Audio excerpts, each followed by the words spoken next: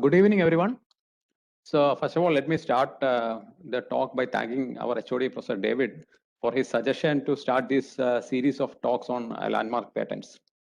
So today's talk is about the story of this patent. So that is this.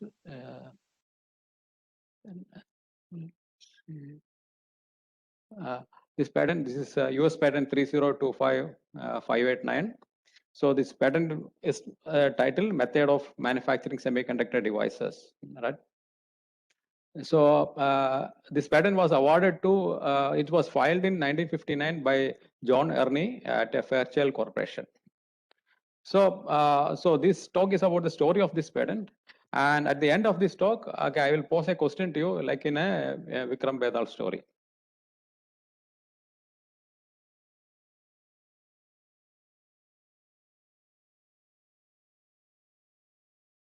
So this is the outline of my talk.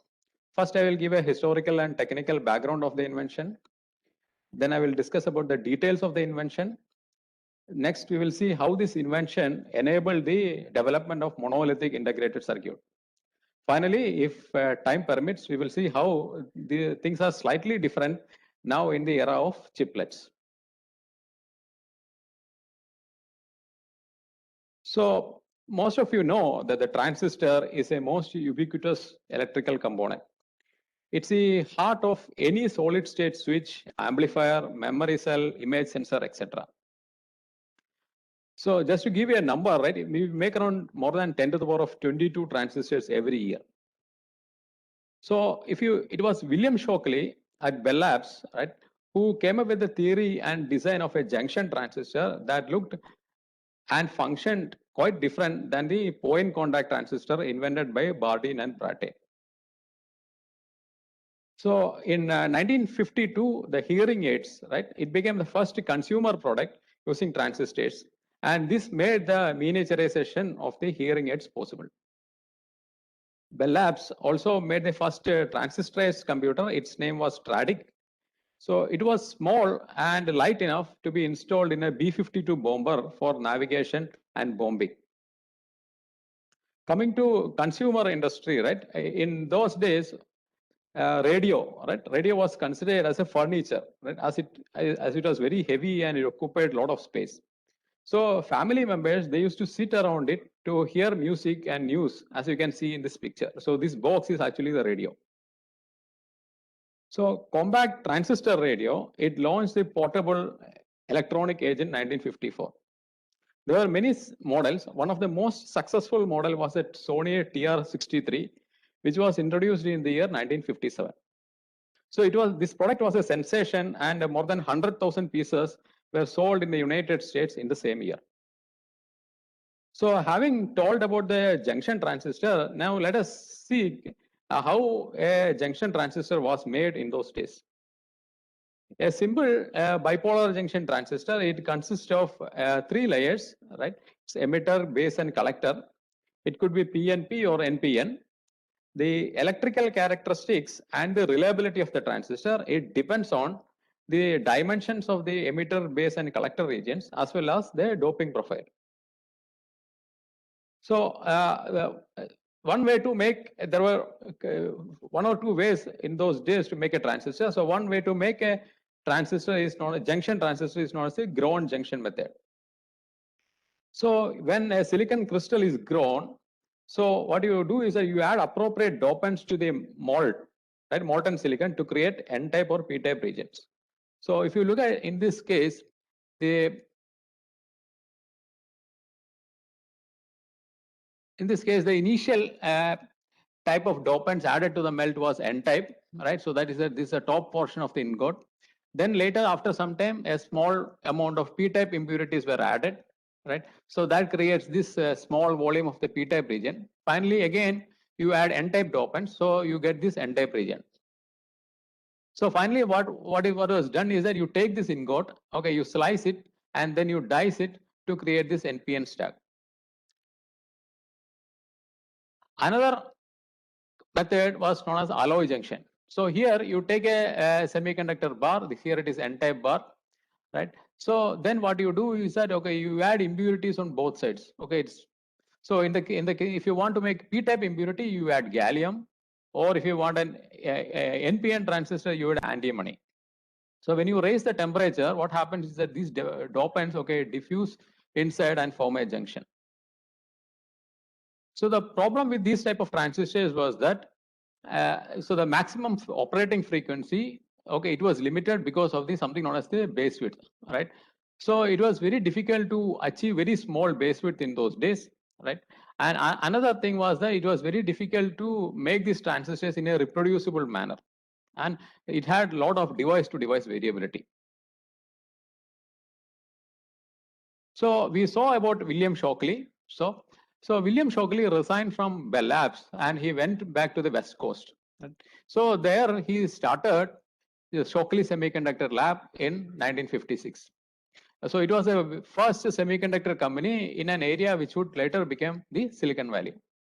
So 8 of his recruits, right, they left him after 1 year to start another company. Its name is Fairchild Semiconductor. So here is a group photo of 8 of them, right? Okay, they are called as traitorous 8 because they ditched Shockley. So 6 of them were PhDs, right? So for example, if I start from here, so Jay Last, Robert Noyce, and John Ernie, they had PhDs in physics. 2 were mechanical engineers, that is Julius Blank and Eugene Kleiner. Okay, they were mechanical engineers with a lot of manufacturing experience in Western Electric. Western Electric was the manufacturing arm of AT&T. And here is Gordon Moore. Okay, you might have heard about his name, Gordon. So Gordon Moore actually was a physical chemist. Okay, he was from Caltech. Then this is Sheldon Roberts. Okay, Sheldon Roberts was a metallurgist. Okay, why you may wonder why you require metallurgists, because they have to, because there was no silicon wafers at that time. You need to grow the crystals. Okay, so that is why they needed a metallurgist. So the only electrical engineer in that group was Victor Greenidge. So he was also a PhD in electrical engineering. So he had some prior experience in designing circuits for television. So apart from that, among these 8, only Robert Noyce had any device experience in making germanium transistors.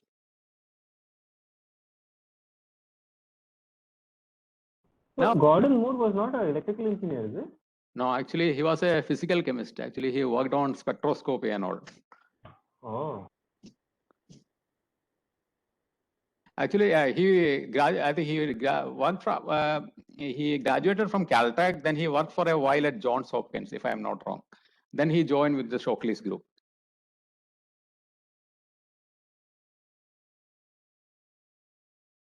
All right, so the Fairchild Semiconductor was started in September 1957. So the very next month, right, the Soviet Union launched Sputnik 1. So it was world's first satellite. So this Sputnik 1, the launch of the Sputnik 1, it terrified Americans, and they thought that they no longer had a technological lead over the rest of the world. So if you look at satellites, right, there are 2 important systems needed to launch satellite. First is the propulsion system, and next is the guidance and control system. So the propulsion technology of the United States was lagging behind that of the USSR. So they had a great interest to see if the weight of the airborne components in the guidance system could be reduced, because then it lessens the burden on the propulsion system. So it was decided to micro miniaturize the airborne components, as it would reduce the size, weight, and the reliability. So if you look at Fairchild, it was at the right place and at the right time. So this group of people, they decided to manufacture something known as the diffused Mesa junction transistors. Now let us see how you manufacture a Mesa transistor.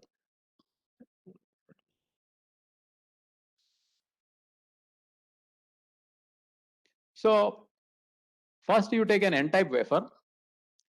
Then what you do is that you oxidize the surface.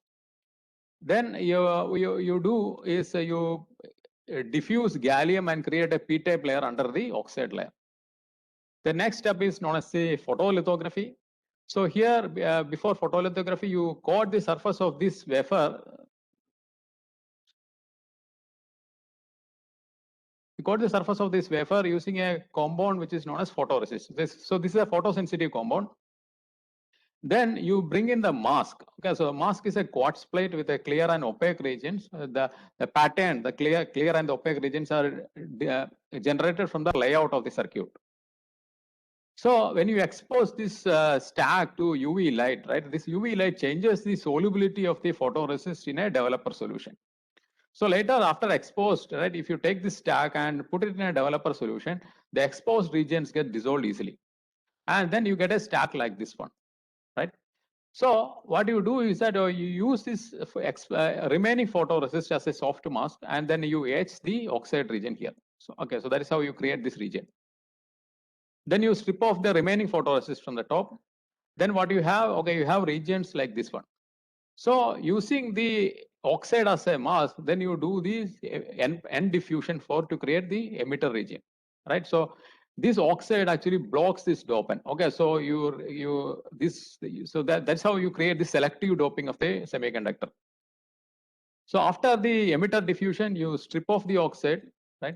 You open windows for contact, and then you do metallization.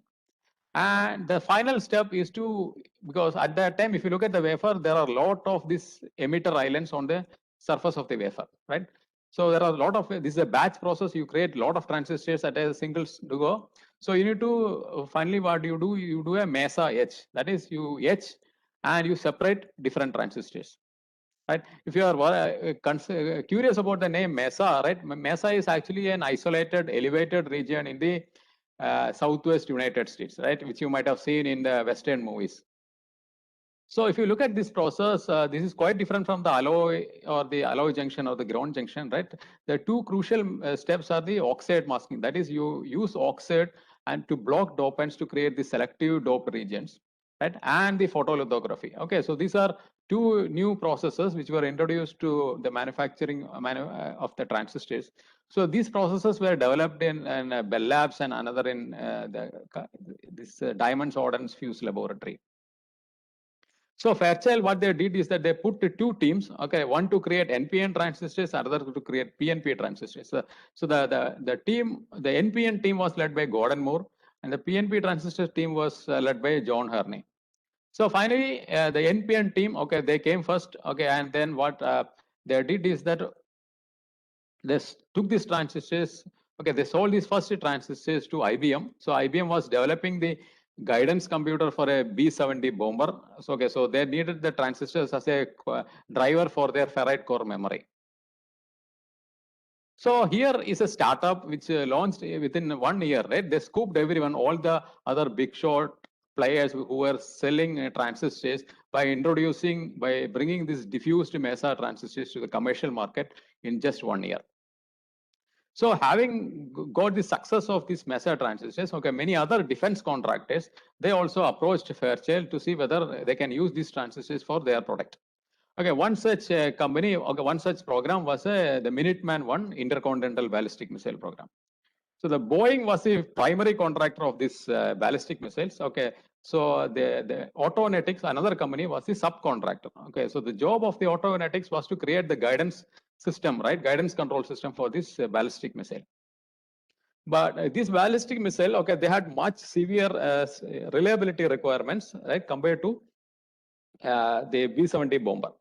So there is this metric, okay, it is known as MTBF. It stands for mean time between failures. Right? So their requirement was 7,000 hours. So when the Autonetics team, they sampled the transistors from Fairchild, they found that they were failing within some 70 hours. And also when they took these transistors and if they tap the transistor tap the transistor can using a pencil, right? They found that it is failing. The transistors are failing. Right. Now let us see what was the problem with this Mesa transistor. So if you look at the Mesa transistor, so here this is a cross section of the Mesa transistor which we saw in the previous slide. So this is emitter, this is base, this is collector. So this is the emitter base junction, this is the base collector junction. So both these PN junctions, they are actually exposed to ambient. So we now know that any exposed surface, they have a lot of traps. And also we know the electric field of the PN junction, it attracts particles to the surface. Okay, now let us see why there are so many traps there on the surface. So if you look at the silicon crystal structure, right? So these are if a pure silicon crystal looks like, okay. So if you look at the deep inside this solid, right? So you can see every silicon atom is bonded to 4 other silicon atoms, right? But the things are slightly different when you come to any interface of the surface, right? So there, some of the bonds are not properly terminated, which we call them as dangling bonds, right? So the problem with the dangling bonds is that these dangling bonds, okay, create energy states inside the band gap of silicon, right? You might have studied the semiconductor, right? Semiconductor, you have conduction band and valence band, and there are no energy states between those, the energy gap. But that is true only deep inside the bulk. Okay, if you come to the surface, okay, you have these energy states which comes from this presence of dangling bonds. So these dangling bonds, they act as traps which can capture or release electrons. So what it leads to large leakage currents. Also, this transistor was packaged in a metal can, right? So these metal cans had a lot of very small particles, right, which on tapping gets released, and then it gets attracted by the electric field of the PN junction, and it shorts the junction. So that was this was causing the failure of MESA transistors. Now let us see the John Herney, how he solved this problem. So just let us look at the profile of John Herney. So he was born and raised in Switzerland. He had, interestingly, he had 2 PhD degrees in physics, one from Geneva and another from Cambridge. Then he came to US. Okay, he did a postdoc with Linus Pauling at Caltech. So there he was working on electron diffraction theory. So he was a pure theoretician, right? And he was hired by Shockley from there, and he was given the task to calculate the diffusion rates, right? So here is somebody who was a pure theoretician, and now we are going to see that how he became a very good experimentalist. So here is a picture of John Herney. So he is working with the gas distribution system of the diffusion. So on December 1st, 1957, so this is a snapshot of his patent notebook. So he recorded a method so to protect the exposed PN junctions of the surface by oxide masking technique. So he's suggesting that, okay, if you protect the surface by oxide, right, okay, you can solve some of these problems of the MESA transistors. But at that time, what has happened is that he was the lead of the PNP program in Fairchild, and he was busy with the PNP program. So once he could make the PNP program, although later than Gordon Moore's team, so he came back to this problem again in 1958. In the same year, another person, his name is Muhammad Atala. He was in Bell Labs. Okay, this guy is actually the future inventor of MOSFET. So he gave a paper presentation in one of the electrochemical society meetings in 1958. He showed that the surface of a semiconductor can be passivated by thermal oxidation. That is, the number of these energy states or the dangling bonds can be reduced if you do thermal oxidation. So around the same time, what Herney did is that he covered only the emitter-based junction with an oxide. Okay, then he tested the transistor. So he found that the characteristics are much better, right? Then he decided to go full planar, right? And he filed this patent. Okay, although this was started in 1957, finally this patent was filed in 1959. Okay, so that is this today. This is the patent for today's talk. Now, let us see how this planar transistor looks like. So this is a MESA transistor, right, which we have seen earlier. And this is a this is a planar transistor. So you can see in the planar transistor, the surface is covered by silicon dioxide, right? So you can see every junction, right? Every junction is protected by the silicon dioxide. So this is where, so I said, right, that Herney was working with the diffusion problem. So he knew that when you do a diffusion, right, okay, the diffusion happens in vertical direction as well as in the horizontal direction. So because of the lateral diffusion, the junctions always form inside under the oxide layer. So the junctions will be well protected when you do oxide masking. So here is the planar process flow, which was shot by Herney in the 1960 IEDM, right? So you can see you start with the transistor, right? So you grow an oxide. So then you open the regions for base diffusion. Okay, so this is an N region, this is a collector region. So this is a p-type base. Base is created. Then you open another window in the base to create the emitter, right? So finally, okay, so you leave these oxides there, right? That is very important. And you open the window only for making contacts and metallization. Right? We saw that even in the MESA process flow also, we had this oxide for emitter diffusion, right? But that oxide was stripped in the MESA process, right? So what Herney did is that, okay, Herney left that oxide, right? So this actually was a heretical idea. So people thought that this oxide, it has seen a lot of processing steps, right? So they thought that this oxide is dirty, right? So that was a reason why people used to strip the oxide. And another reason was that this oxide, the quality of this oxide was not very good. It had a lot of pinholes, right? So the impurities could go through this oxide to the underlying silicon. So in order for the planar process to work, right, a good thermal oxidation is necessary. So this is the top view of the transistor which was made by Herney, right? It is, I think this model is known as teardrop model because it looks like a teardrop. So this is the emitter contact and this is the base contact. The collector contact is at the bottom. So on in the year 1959, the 12th of March, what Herney did is that he invited several of his colleagues to his lab for a demonstration of his new transistor. So what Herney did is that he took a transistor, right? He hit it with hammer, right? So to make the metal particles to dislodge from the transistor can. Then he put the transistor in a tapping testing machine, okay, and showed that the transistor was working fine. Herney also did was he spat on the transistor, right? Unpackaged the transistor, right? But the planar transistor still worked. So his showmanship, right? It convinced these colleagues of the superior reliability of this planar transistor, and this is something the company should pursue this program.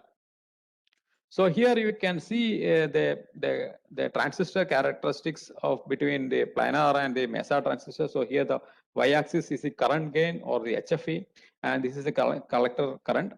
So at very large collector currents, okay, the planar and the MESA transistor matches. But if you look at the low currents and the medium currents, okay, the planar transistor is much superior to the MESA transistor by some orders of magnitude. So finally this planar transistors, they satisfied the requirements of the ICBM, Minuteman ICBM program. So Fairchild introduced these planar transistors in March 1960, actually several months before revealing the details in this Herney's IEDM presentation. Herney also introduced another heretical idea. This is known as gold diffusion, right? So if you have studied semiconductor theory, the gold is not allowed anywhere near device fabrication. That is because the gold creates energy levels towards the middle of the band gap, right? Okay, and it kills the lifetime of the carriers in the base. So what Herney proposed was to diffuse gold from the backside of the transistor to improve the turn-off time. So planar technology in combination with this gold doping, it proved to be a killer for germanium transistors. One main reason was that planar transistor requires the surface of the device to be covered with the oxide, right?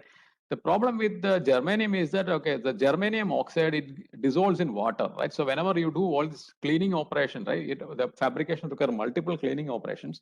So this oxide gets dissolved away. So this is the advertisement of the Fairchild's first planar transistor 2N1613. Right?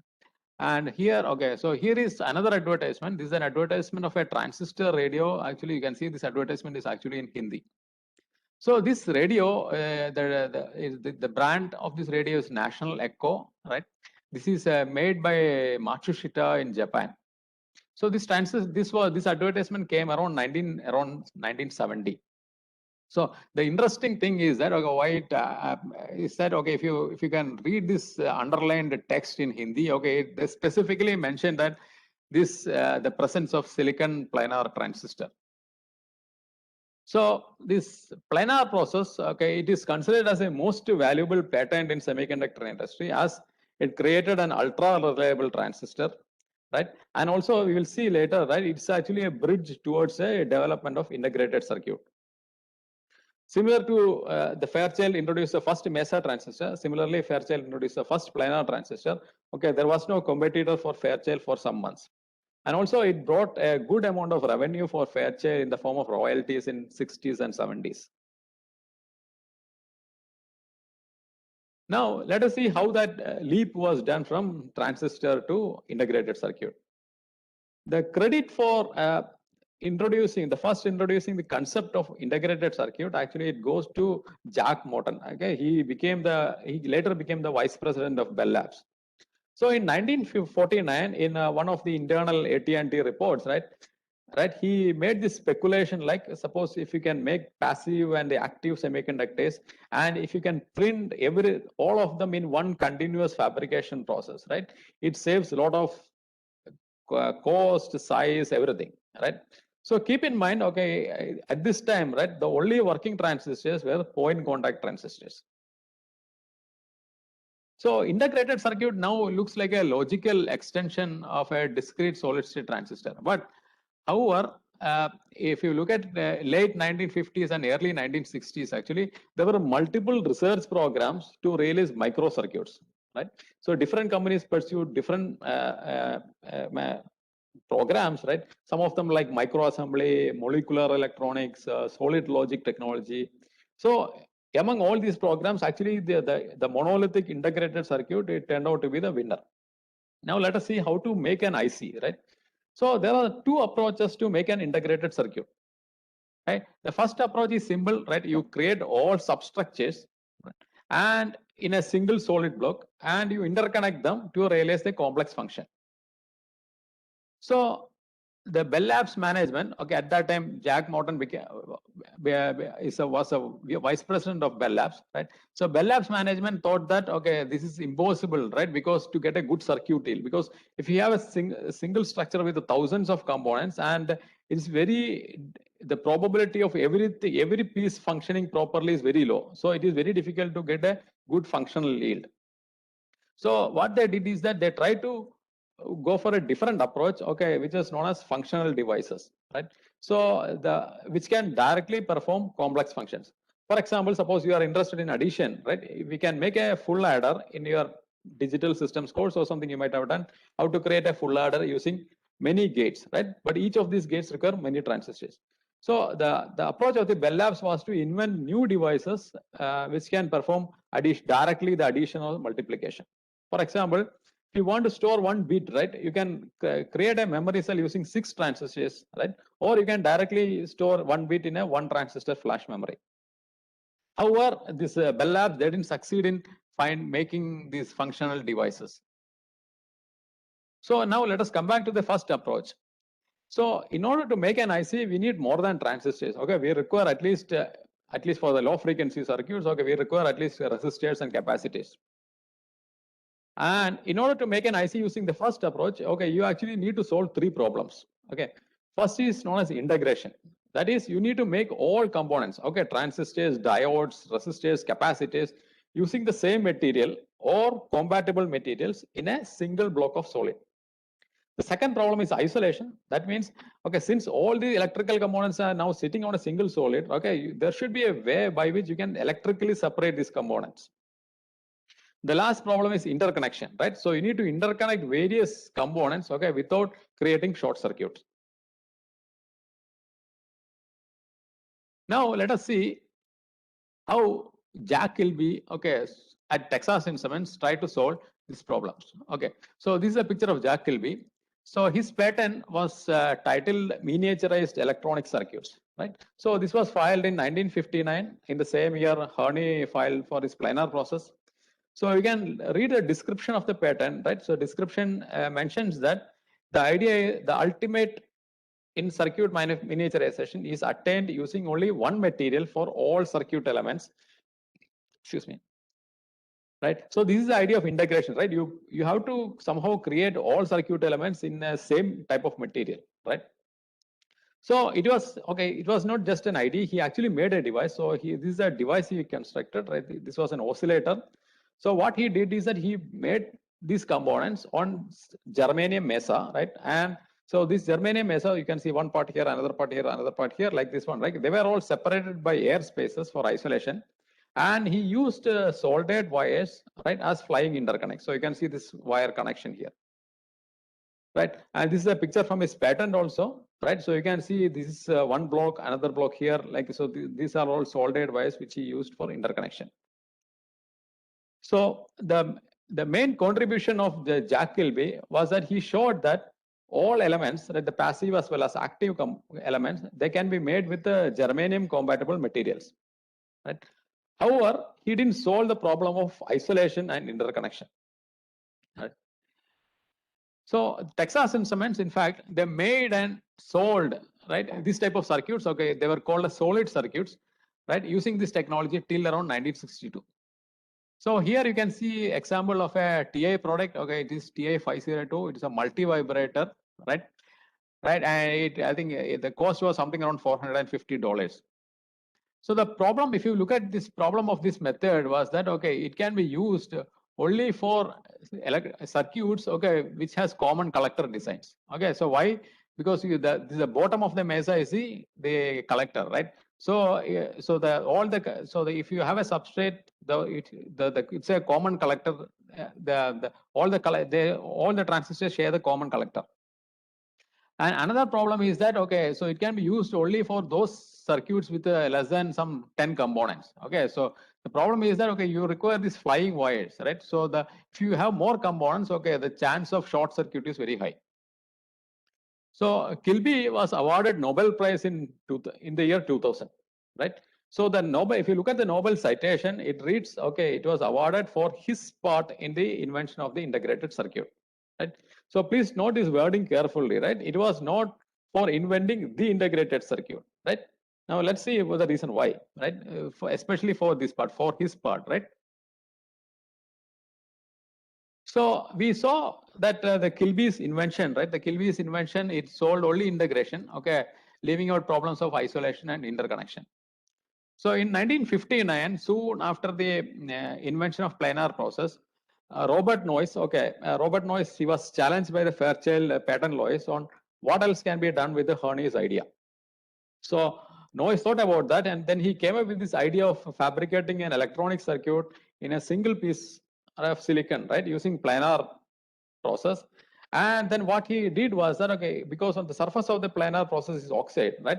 So then he thought about that you can deposit metal and you can pattern the metal, right? So it will act like a interconnects, right? So that's how you can make electrical interconnection between various regions of the semiconductor. So this was filed as a patent. Okay, this is a patent. So it was also filed in the same year, 1959. So this is the picture from his patent. So this is this is how the top view of the device looks like, right? And this is the cross section of the device, right? So this was drawn at the time with only one metal level. Okay, so that is why they have to. There are the shapes like arc and all those. This is to avoid shorting. So this used only one metal level. So though Kilby was awarded Kilby was first filed the patent a few months before Robert Noyce. Actually, the Noyce was awarded the patent. He was first awarded the patent. Noyce actually also later, after a few months, actually Noyce filed another patent for isolation, right? But they found out that another person, his name is Kurt Lehowick. Okay, he was working in a company known as Sprague.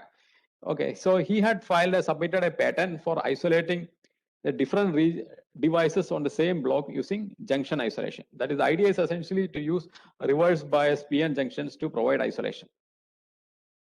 So the Texas Instruments, it was a very big company, and it was also notorious in those days for its legal department, right? So they fought with Fairchild for many years on the priority claim. Right? Finally, both companies, they agreed that each company would grant the other licenses, and they also decided that any other company who wanted to build integrated circuits, they would need to negotiate separately the licenses with the TI and Fairchild. So TI also fought with Kurt Lehowick, right, claiming the ideas of this junction isolation was already present in Kilby's patent, but actually they lost the case to Lehowick. So maybe one thing, okay, so I'm sure many of the students in this audience, okay, you will file patent disclosures in the future, right? So one important matter is the ability to detect patent infringement, right? So if you look at the MESA transistor, if you look at MESA versus MESA versus planar or Kilby's versus Noise's idea, you can see clearly the structural difference, right? So somebody challenges you, anybody can cut the chip and see, put it in a TM, right, and see the structural difference. Okay, so that is why you should, when you file a patent, there should be a way to detect if somebody copies your idea. So this is very clear in the case of planar versus MESA or Kilby's versus Noise's idea. So if you look at this one, right, the Horny's planar patent, the Noise's interconnection patent, the Hovek's isolation patent, they were all filed in the same year in the span of few months, right? Actually, these patents, actually, they provided the conceptual foundations for all practical integrated circuits which exist in market today, right? So this includes even those made by Texas Instruments. So after a few months, soon after filing this patent, actually Noyce became the general manager and later became the vice president of Fairchild, right? So he actually played a very small part in actually realizing this integrated circuit, that is in the design or fabrication of this first integrated circuit. So one of the original founding members, Jay Last, okay, he led a team to make the first monolithic IC in 1961. So from the patent application to a real product, that's a very large gap is there. Okay, so they had to struggle with this isolation problem. In order to create the isolation, what they did is that, okay, they etched from the backside of the wafer, then they filled it with epoxy. Okay, so epoxy had a lot of issues, especially the thermal mismatch issues. Their expansion coefficients of epoxy and silicons are different. So they finally, in the second version, what they did is that they truly created junction isolation. So here is the first integrated circuit. It's a flip-flop, right? So you can see the size of this integrated circuit in comparison with the one dime coin of the United States. Okay. At that time, the advertisement said that the size of the flip-flop is much smaller than even the size letter D of the dime. Now, let us just see example. I will quickly run through the Fairchild IC process flow. Okay, so interestingly, Fairchild didn't call their product family as integrated circuit. Okay, they put the name MicroLogic. So the flow is like this one. Okay, so initially, if you want to create an IC based on NPN transistors, right, you start with an N-type semiconductor, right, and so this is you covered it with oxide. So what you do is that the first mask is to create isolation, right? So you open windows here, right? These regions are covered with mask, and you do diffusion of boron from both sides of the wafer, right? From top as well as from bottom, right? So this is a very long diffusion process. It almost took around 20 hours, right? So what it does is that, okay, because these regions are protected, okay, it will create N-type islands here, right? So these N-type islands becomes the collector of the transistor, right? So once it is there, it is similar as the planar process flow. Okay, so next you open window for base diffusion, right? So you create the p-type base here, right? Then after that, what you do is that you open window for emitter as well as collector contact, right? Because the collector where the contact you need to be doped with N plus region. So the emitter and N plus collector contact regions are diffused. So after that, again, what you do is that, okay, you have to open windows for contact, right? So you need to open window making sorry, okay, before that, okay, so what I missed that thing. So you do gold diffusion. Okay, this is the Harnius idea of the gold diffusion. So you evaporate gold from the backside to improve the turn off time of the transistor. So after that, what you do is that you open windows for contact, that is to in the collector region, the emitter region, and the base region, right? So and then you evaporate metal. So the entire surface of the wafer is covered with metal here. Then you bring in the last mask, right? That is to etch the metal from the unwanted regions. Okay, so this is how the so you can see this contacts and this metal is removed from the unwanted regions. Okay, so this is the flow. It required 5 mask process, right? So if you look at any modern IC, okay, it will look like this one, right? So you can see how this is different from the hybrid IC approach of Jack Kilby.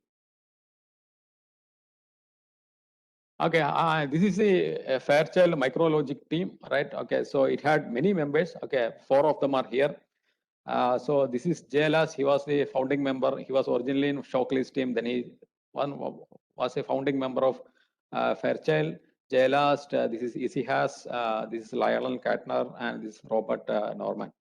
And this is an advertisement of Fairchild. Okay, so they are saying that there is one chip and complete logic circuits. Okay, so keep in mind. Okay, so these are something like all the number of components. Okay, this is still less than 100, right? So they are actually trying to replace the gate level, right? You can have a one single gate level integrated circuit. All right. So now let us see. Okay, the ICs. Okay, so now let us see how ICs become all pervasive, right? So it's a mistake to think that just the technical merit alone will lead to widespread adoption of any technology or a product. Right? And also, it is also seen in the history of technology. Like the well-managed companies, they often fail to recognize or take advantage of their own innovations. Right? So it happened to Fairchild, and IC is one classic case study. Right? So if you look in hindsight, IC is a very great product, right? But that enthusiasm was not shared by the sales team and the upper management of Fairchild. Okay, there were a couple of reasons. Okay, the first reason was that, okay, Fairchild was one of the top 3 semiconductor suppliers at that time.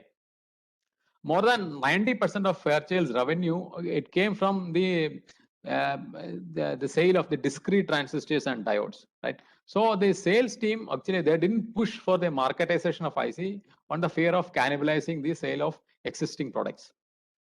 The second reason was that in those days, circuit and system designers, they used to buy discrete transistors and diodes, then do board level design. Okay, so they thought that, okay, when the ICs comes, okay, they feared that they will start losing jobs to semiconductor companies, right? The third reason was a real technical reason. So everybody agreed that silicon is good for transistors, but it may not be good for passive components, right? So if you are doing a circuit design, if you are a circuit designer, right? So you have the freedom and flexibility that you can choose the discrete components, right? Made of best material for each purpose. For example, like if you are using a resistor or something, right? Resistors made of different materials, they may have different temperature coefficient, right? So that freedom is lost in the migration to the monolithic world. The last reason was, okay, no one knew at that time how to do quality assurance of an IC, right? At the discrete level, one could check whether a transistor is diode was meeting the drive current or the breakdown voltage specs, right? But what do you check for an IC, right? This confusion was there. So due to this lack of enthusiasm, right, of the Fairchild management, some of the Fairchild employees, including JLast, John Hurney, and other teams in the Micrologic, right, they actually left and formed other companies like Amelco, Teledyne, Signetics, right? For example, Signetics was the first company which decided that they will sell only integrated circuits, okay, no discrete transistors. Right? But the problem was that, okay, in those days there were only 2 customers for ICs, right? Okay, one was the second Minuteman integrated ICBM program. Okay, that Texas Instruments supplied the ICs for this program, and the next was the Apollo program, right? So for the Apollo program, Fairchild was contracted to supply the ICs. So here is an IC. So this IC is a 3-input NOR gate. Okay, there are 2 3-input NOR gates. The entire Apollo guidance computer was created using NOR gates. Okay, so they used something like 4,000 NOR gates to put man in the moon, right? I think that's all you require, right, to reach moon. So in 1963, Department of Defense, actually it released a memo to use ICs, to encourage other divisions to use ICs in their system design, right? So there was still another confusion, that is, one could realize a digital function using different logic families, right? You might have studied about RTL, DTL, TTL, right? So it was little confusing, right? Which is the best logic family. So the Fairchild, okay, Robert Noyce was a vice president of Fairchild. So they realized that they are losing the IC market to upstarts like Signetics, right? So in 1964, what Robert Noyce did is that, okay, he slashed the price of ICs and dumped the market with ICs, right? So another obstacle in the adoption of the ICs was that, okay, in those days, the package of the ICs, okay, it had a flat package. So it was very difficult to assemble them on a PCB or on a breadboard. In 1965, the Fairchild engineers, they came up with this dual inline package, right? So this actually reduced the assembly cost by a factor of 4, right? So this was very easy to insert on a breadboard or into a PCB. So what had happened is that because of this price reduction and all those stuff, right? It became cheaper to use ICs to build systems rather than buying discrete components and then assemble them. The cost of the IC is smaller than the cost of the total cost of all the discrete components. So, and also in order for the people to increase the use of ICs, the companies like Fairchild and National Semiconductor, they created application notes, they held seminars, they even built prototypes, then employed field engineers to visit the customers and convince them that, okay, why don't you use ICs and you can potentially solve your problems, right? And over the years, you can see the share of military, right, in the IC consumption, it came down, right? In the early years, it was entirely 100% was military. It came down as other areas started using more ICs. Finally, Robert Noyce also played a significant role in moving the assembly and testing to Hong Kong, right? So the daily wages in Hong Kong at that time was around $1, right? It was actually lower than the hourly wages in California. And when the daily wages in Hong Kong reached $2, okay, so Fairchild moved some of their production to South Korea. So at that time, only Japan was making semiconductors in East Asia. So the countries like Korea or Taiwan, right, who are like the leaders in fabrication now, right, they started with at very low level in assembly and testing, right? Later they gained confidence and then they moved up the value chain, right, to start and operate mega fabs now. All right, so now let us examine the question, right, whether all modern ICs are monolithic, right? So I am sure that you might have heard about Moore's law, right, which states that the packing density of transistors doubles in every 2 years. Right? But if you read Moore's original paper in 1965, the way he derived Moore's law, right, you will understand that actually the Moore's law is an economical statement, right, which suggests that actually there is a competitive sweet spot of how many transistors you can put in a die, considering the trade-off between the yield and cost of package, right? So this is where the Kilby's idea of hybrid IC, right, comes back to us. Right? Okay, taken this poster from the episode 6, The Return of the Jedi, and I reworded it as The Return of Kilby. So this is the idea of multi-chip modules. Okay, so even earlier also people were using this hybrid IC concept. Okay, so here you have IBM's 4381. Okay, it's a multi-chip module which was used in the mid 1980s to power mainframe computers. So these machines, they use bipolar ICs, right? So why they were used as bipolar were faster than CMOS in those days. But the problem with the bipolar is that okay, they dissipated more power and they require more area for each transistor. So there was a limitation on how many transistors you can put in a die. Right? But if you require more performance, how do you do is that, okay, you put many dies, right? In this example, there are 36 dies here, right? And they put it on a ceramic substrate. So IBM used this approach for a long time, right? But then they switched to CMOS in mid 1990s, right? The problem was then the CMOS performance caught up with the bipolar, the speed, right? And if you look at the systems built by bipolar, right, they are almost like 10 times heavier than the system equivalent systems made by CMOS, and also it requires some 20 times power. So similar problems which were there in the bipolar world, right? It occurred in the CMOS world also in roughly around 2005. So similar power dissipation problem. Okay, so it made the industry to go for a multi-core approach, right? And since the last decade, right, in 2017-18, right, this MCM kind of an approach, the hybrid IC kind of an approach, it has been used even in pure CMOS chip. Okay, so here you have AMD's EPIC 2 processor. So if you look at this is the package, right? This package has actually 9 dies, right? 8 of them are made by 7 nanometer technology, and the one big die in the middle, okay, it's an IO chip, right? It's made of 14 nanometer. Now, let us see what's the reason, right, beyond power dissipation, right? Why people are doing now here, right? The main problem is that the bigger the die, right, the greater the chance to form killer defects. So if you have a wafer, if you have two cases, one with a larger die and one with a smaller die, okay, so if you have smaller die, you get more number of good dies per wafer, right? So this will translate to lower cost per good die. And also, if you look at an SoC design or something, right, there are some parts like the IOs, right, which don't benefit from scaling. That is because the IO voltages won't scale like the core voltage, right? So such parts, as in this case, okay, it could be made using an older process node. So finally, what it does is that this modular approach, okay, it reduces the design cost, design time, and the time to market. But so in early days, right, electrical engineers, they don't need to worry about packaging, right? As it for them, the only purpose of the packaging is to provide mechanical support and heat removal. But now coming to this modular approach, okay, right?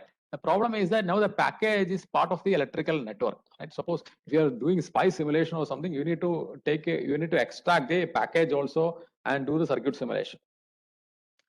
So here is another chip. This is Apple's M1 processor, right? It was introduced this year.